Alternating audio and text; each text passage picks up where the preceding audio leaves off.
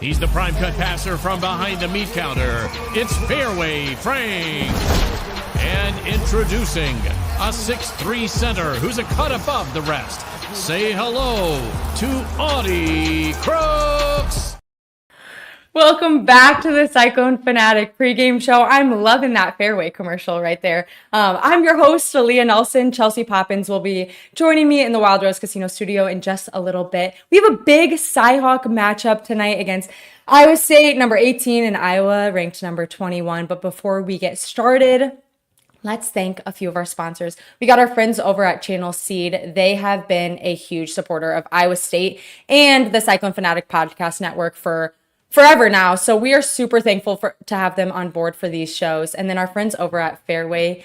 We love Fairway over here at Cyclone Fanatic, and you guys should check them out in Ames. They have stores all over, but they have great produce, meat, anything and everything you could need. So thanks to our friends Channel Seed and Fairway. All right, Chelsea, come on into the studio. Big matchup. Obviously, Cyhawk game is huge.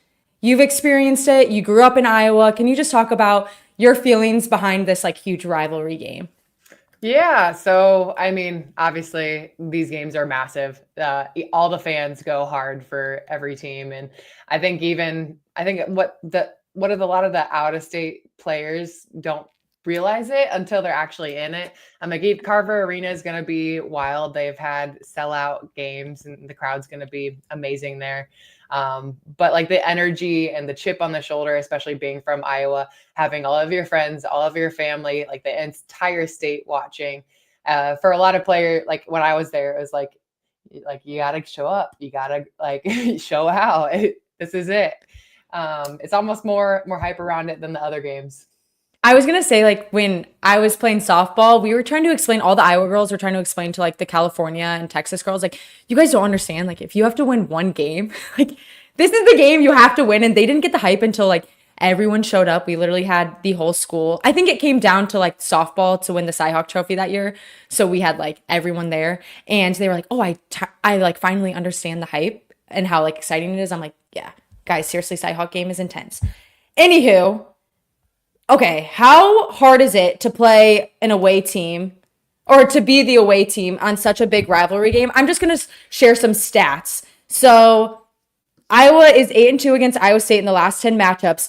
The Hawkeyes have won 8 in a row against the Cyclones inside Carver Hawkeye Arena, dating back to December 7th, 2008. So obviously Carver Hawkeye Arena has some vibe in there where it's hard to play. Can you talk about not being at home for a game like this? I mean, any type of road game is tough, whether it's at Drake, whether it's at UNI, whether it's at Carver Arena. They have a tremendous crowd, like we just kind of mentioned. But I mean, you're going to have probably a majority of Hawkeye fans, not as many Cyclone fans in the building, but I'm sure some will make the drive over there because it's a huge game. But it's just tough playing in somebody else's arena and with that energy and with their crowd and just the mentality of what's at stake. It is a huge game and not every player recognizes it until they're in it. And so I don't know, you gotta show up. The coaches can tell you how big of a game it is and how much it should mean to you, but until you're there and actively using what you do in practice, it's a different story. So going into kind of what we can see tonight, Iowa State's defense has struggled in games against big opponents like UNI, South Carolina, Drake. We've seen it. So what does Iowa State need to do tonight to be able to stop Iowa's defense, especially Lucy Olson, who's been having a great season, obviously O'Grady down low? What insight can you give on Iowa State's defense tonight? Yeah, I've talked to the coaches quite a bit, and what they say, they said that the girls haven't been sticking to the scout. They've been taking plays off. They haven't been doing exactly what they've been doing in practice. And so they got to stick to the scouting report. They got to do what they've been working on in practice. They've had a couple days to execute that. And they can't, obviously South Carolina was embarrassing. UNI with Maya McDermott popping off, and Drake with Katie Dinenbeer popping off. You can't have games where people are going to do that. You have to shut down Lucy Olson, who's a great mid-range shooter. She's going to be hunting for her shot. So you got to stay locked in. And Addison O'Grady, like there's going to be like, she's a great in the lane and you can't let her get that easy position. You got to make it difficult. You got to contest her at the free throw line and you got to be physical. And like, there's other players like Stolke, you got to make her go left. Like little things about that, like the intricacies that you have to remember as a player that each specific person does. Like you got to execute. You've been practicing. This is your job. Are games like you mentioned sticking to a game plan, are games like this where, you know, the crowd is massive, it's intense, there's a lot of pressure. Is it hard to remember everything you've watched in film and everything you've gone into practice? And do you feel like sometimes you are kind of out of body and doing things that you're not usually used to doing? I think by now, a lot of the players should be used to, you know, like memory of a goldfish, wipe the slate clean next game. Each person has a different profile. Each person, like push that person left, take away the right hand for this person. And you've been having it drilled in your mind for the last couple of days. And the scouting guys are doing exactly that. They're playing that specific person. And so you've had time to practice it. And I mean, if it disappears during the game, like that's on you. But Right. I mean, there's things like you look at Iowa and they're coming off of a loss to Tennessee with 30 turnovers. It's insane. Like, It's insane. Yeah. I can't even wrap my mind around that. That's terrible. The 18 in the first half. And so like, if I'm a player, I'm like, oh, they struggled in the first half. Like we got to apply the intensity right off the bat, just like Tennessee did. Like, Right. And force them to make those turnovers. But I mean, Iowa State's been struggling with turnovers as well, and they have to clean that up. But 1000%. I think it's also important that we mention Kinsey Hare's out with a hip injury for the rest of the season. Iowa State announced it on social media, and that's really tough. Obviously, like as a former, you know, student athlete, I'm like, that stinks. I know she wants to be out there, but like those lingering injuries can become so dangerous. So obviously want what's best for her. But what does that mean for Iowa State? She's obviously been like a key player these last few games. Yeah, she's been huge, and it's unfortunate that she has to take a step back, and I think she has to have surgery on her hip or something. But like I think it just allows for the other players on the team to come off the bench and be like, oh, now's my time to shine. There's an open spot. There's open minutes for me to step in and make those minutes count and prove that I'm consistent, prove that I can execute and listen and take advantage of like the scouting report that the coaches have put together for me. So it's only nothing but opportunity. And I hope that the players step up. They've showed that it could be a well-balanced team. You've seen in the last couple games, it's been everybody scoring, everybody getting minutes, and they're capable of doing that. Now it's just the time whether they're actually going to do it in this game. Do you have specific players that you think will step up to be like a difference maker tonight? I think you've seen sparks of it. It's like Reagan's done a good job of coming in with energy, and I love how enthusiastic she is out there on defense, and the plays that she's making are really smart. There's a lot of room for Tanky. She does such a good job with the minutes that she serves. She comes in, does her job. She doesn't do anything crazy. Like she doesn't do anything crazy dumb. She doesn't make a lot of really dumb turnovers. She just does the job and she works hard at it.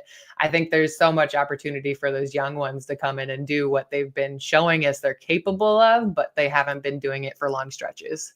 I think this is a perfect game for them to step up to because, you know, what better game than a Cyhawk game? It's going to be intense, energized. I don't know, like there's something about this rivalry that just gets people excited. And I feel like it tends to make people play their best ball because, I mean, who wants to be, you know, the team that loses in this big of a game? But yeah, well, I mean, they got to break the streak too. 1000%. I was thinking about that too.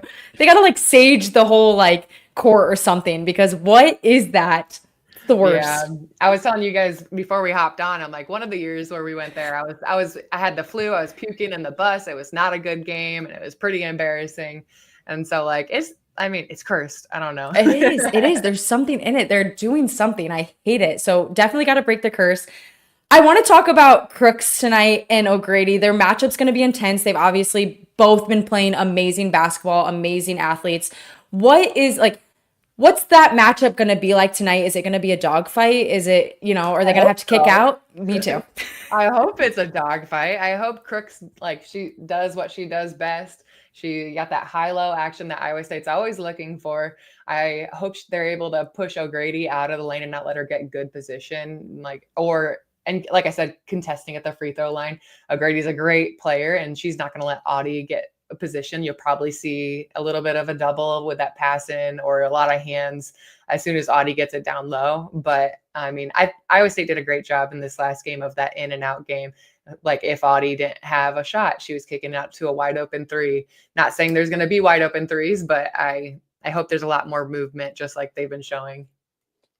So if you could just reiterate, what are 1 to 2 things that Iowa State needs to lock in on tonight to be able to beat Iowa? 1 to 2 things. Wow. Oh, unless you had like 5 to 10. Yeah. Go, okay, perfect.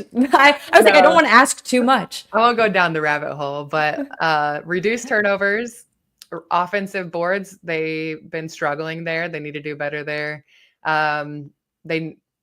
They need to lock in that defense and what they've been working on. They need to execute. And they need to start doing it now because they're playing 2 out of the 3 of the Final Four teams, like South Carolina, Iowa, UConn next week. I know. Like, I don't want that to be another embarrassing game, but UConn, obviously legendary, and they have elite athletes. And I hope Iowa State has learned from South Carolina and they're able to put up a dogfight there too. But they need to start in today's game with that defense and rebounding, and Iowa's a good rebounding team. So, I mean, I could go on and on of things that they need to do. I think Addie Brown needs to make threes. She's been struggling to make her shots. She's had streaks where she didn't score at all in some of the past games, and I think she needs to get that confidence. She does great down low, and she can do it all, but she just needs to start making them. Yeah. I mean, I'll leave it at that. Do you have anything that you want to see that I haven't listed? You know me, the positive person. I just want to see some positivity, some smiles. Obviously, like, this is a big game.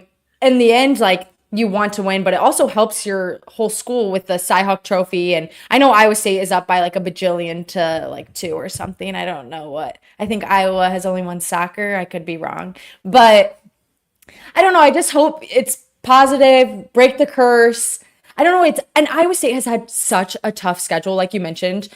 Obviously, UNI, a great team. South Carolina, they have UConn, and then they start like Big 12. It is just crazy back to back to back. But kind of what's your insight on having such a hard schedule pre-conference? Because I think it's just going to help them in the end come March.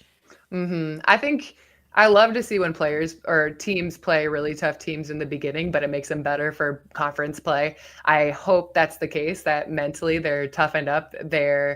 South Carolina was rough to watch, but that second half game, they actually like showed up because they really had nothing to lose, and they showed up in ways that they know they're capable of doing. And I hope that's the same thing for UConn, the same thing for tonight's game. And then with Big 12 conference, I hope they're just like, well, we've already had the toughest schedule out of everybody else in the Big 12.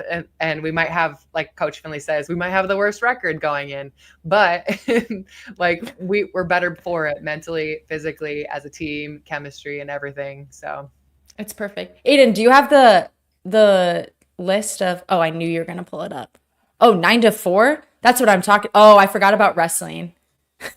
Oops. Sorry, wrestling. I can't read that. I need readers or something. I don't know how you see that. Well, so next we got women's and men's basketball, and then swim and dive, tennis, gymnastics, and then, softball. My junior year, I think we were down by 1 or something, and so we had to win. But, Iowa State's got this in the bag. Knock on wood. Knock on all the wood. Yeah, literally, knock on wood. I'm so nervous, but this will be a fun game. I'm excited. Really great insight, Chelsea. Thank you so much. You guys everyone can tune in for our post-game reactions and while we break down the game right after tonight. Game starts at 8, so make sure everyone tunes in, and thanks for listening. Yeah, go State. Let's go. Go State.